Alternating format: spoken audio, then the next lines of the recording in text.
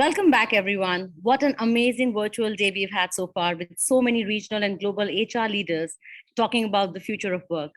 As Jane Data from NASA rightly said in a session, the future of work is going to be people driven, and we have to ensure that our people should feel a sense of belongingness at our workplace.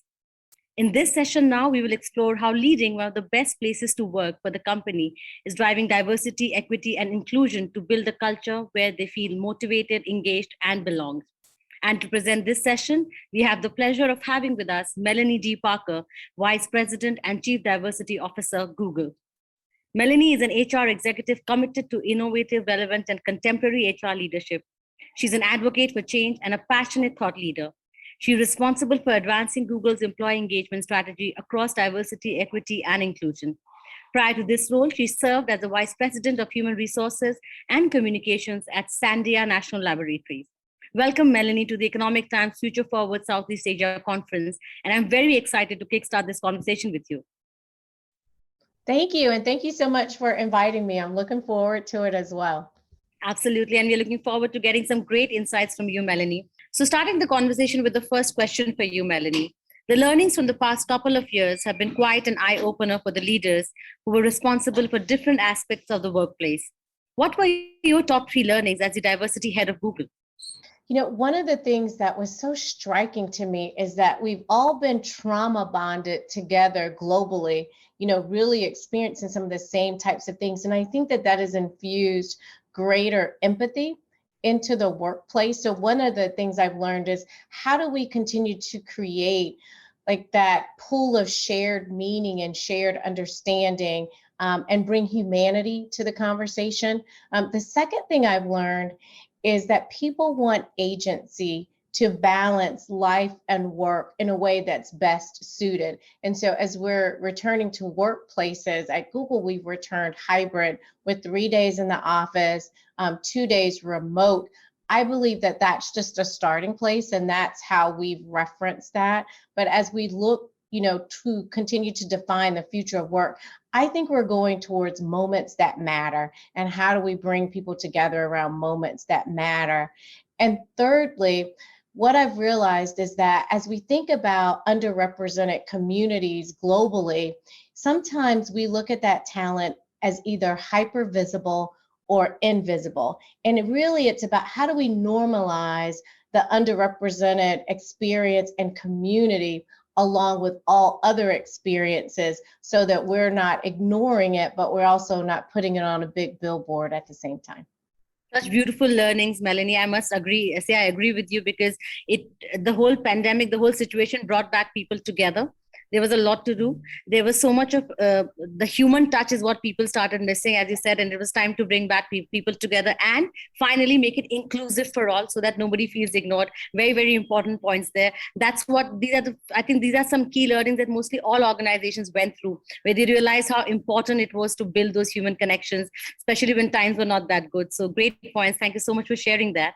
So, Melanie, according to the latest DE&I report, we love how Google is making progress in meeting people where they are. Tell us how you're creating a flexible, inclusive workplace where everyone can feel a sense of belonging. Thank you. It's a great question. And, I can hardly believe we've just released our 9th annual diversity report. And when we started this journey in 2014, there were not very many companies that were releasing diversity annual reports. And we've tried to mature our report every year. One of the things we started last year, putting the data available via BigQuery. So we're open sourcing the data. We have 10 pages of publicly available data in the appendix of the report. And I think that's an example of how we're working to be more flexible by ensuring that as we lead and we also learn, we're bringing others along with us, but in a way that people can easily access data. So if we think about how we not just build, for flexibility and product, how do we do that in our workplace? We're listening and we're learning. And so as we've created more flexible options in our hybrid workplace, we did that after listening globally to our Googlers, like, what do you want? What do you need? What's important? There's some people, they want to come to the office every day. I have an employee who sits in Singapore. He sends me snapshots from the office, but he wants to be there 5 days a week. I have some employees who never want to come to the workforce. They want to connect virtually. And so that's how we've done that, is what's the medium. So we have a 3-day in the office work week, but we also have an option to go remote. But very important, we've really worked hard to build capability across our management team. So we're training managers on how to lead in a hybrid work environment, because it takes a different skill set to lead when employees are working remotely. Then you have some in the office, some are in the office, but not on the same day. And so how do you navigate that? So that's one of the ways we're trying to do that, but equip managers to lean into this as well. So, Melanie, driving diversity, equity, and inclusion for the future-ready workforce would be an amalgamation of both art and science. As the Chief Diversity Officer at Google, what are your immediate focus areas to help employees thrive better and ensure that they have a purposeful approach in sync with the vision of Google? You know, I've really been focused on this culture of belonging. And I know we hear that word a lot, but we are partnered with John Powell, who leads the Institute of Othering and Belonging at the University of California, Berkeley. And John's work is really based on, we all have a need to belong. And if you think about it, like, we all are joiners, we want to join something. But when we think about belonging to something, we're bringing people like into our circle who are most like us. And by doing that, we're othering everybody else, but just, you know, the amygdala, and from a psychological safety, we're looking for people who are more like us. So what we're really working to do is to help explain like this phenomena. We've created a search for belonging where people can go on their own guided journey on our website, and created a lot of learning modules, because only the individual can expand for themselves, like who comes in and who's screened out. Like, this is the genesis of in groups and out groups and the cool kids and the non-cool kids. So we're working to like build bridges across differences.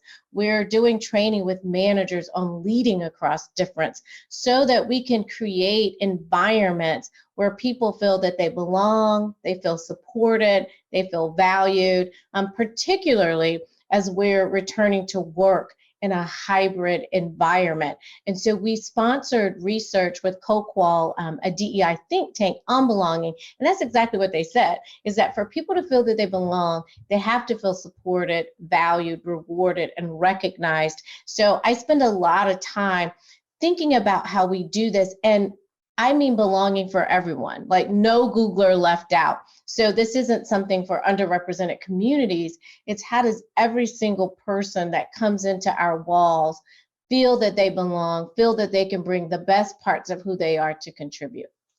That's such a lovely thought. I think with the fact that you said it's about bridging those differences and enabling everyone to bring their best selves and their whole selves to work, because then they don't feel that they're not included. There's no in group or out group, as you said. Everybody's treated similarly and everybody feels they belong to the same organization. So I think that's the tone we need to set for organizations as we go forward, because we have to work in setups which are going to be different. Some people will be working remotely, some will be working from office, some will be working from different locations completely. So bringing that unanimity amongst them, that uniformity in the way the culture is set, I think that's going to be very, very important. So thank you so much, Melanie, for sharing that. Moving on to the final question for this interview today, with each one of us in the same boat of fathoming the new picture of diversity and inclusion, what will be your key advice to employers of today for building a better future for their people, Melanie?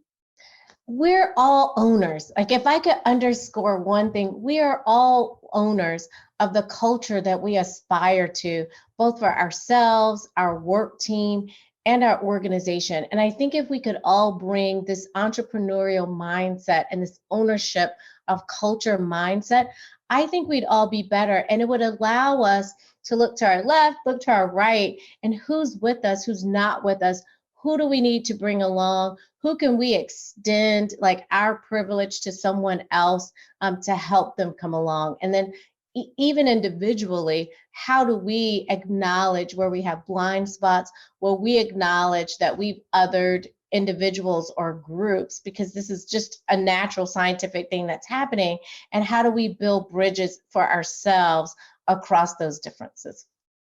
Again, a very, very beautiful thought. I think we are all owners of the culture we want to build in our organizations, from leaders to from the bottom to the top, from the top to the bottom. I think each person here is an owner. And if we can inculcate that kind of a mindset in people, those values in people where they believe in the culture that they're part of and take it forward and, pass it on to the people they meet, that's going to be very, very important. So very interesting. Thank you, Melanie, for telling us how important it is to own your own culture and then build a workplace which helps people feel more belonged, valued, recognized, as you said, and helps them bring their best selves to work. So that's amazing. Thank you so much for sharing that with us. Thank you, and thank you again for having me. Great. So that was an amazing, amazing conversation, Melanie. There was so much to learn from you. Truly, truly inspirational. Thank you so much once again. And I would also request our audience members to share your learning moments from this session on our social media using the hashtag #ETFutureForwardSEA. And coming up next is a panel discussion on the new age employee experience with well-being at the core with some leading CHROs from the region. So see you all there, everyone. And thank you once again for joining us.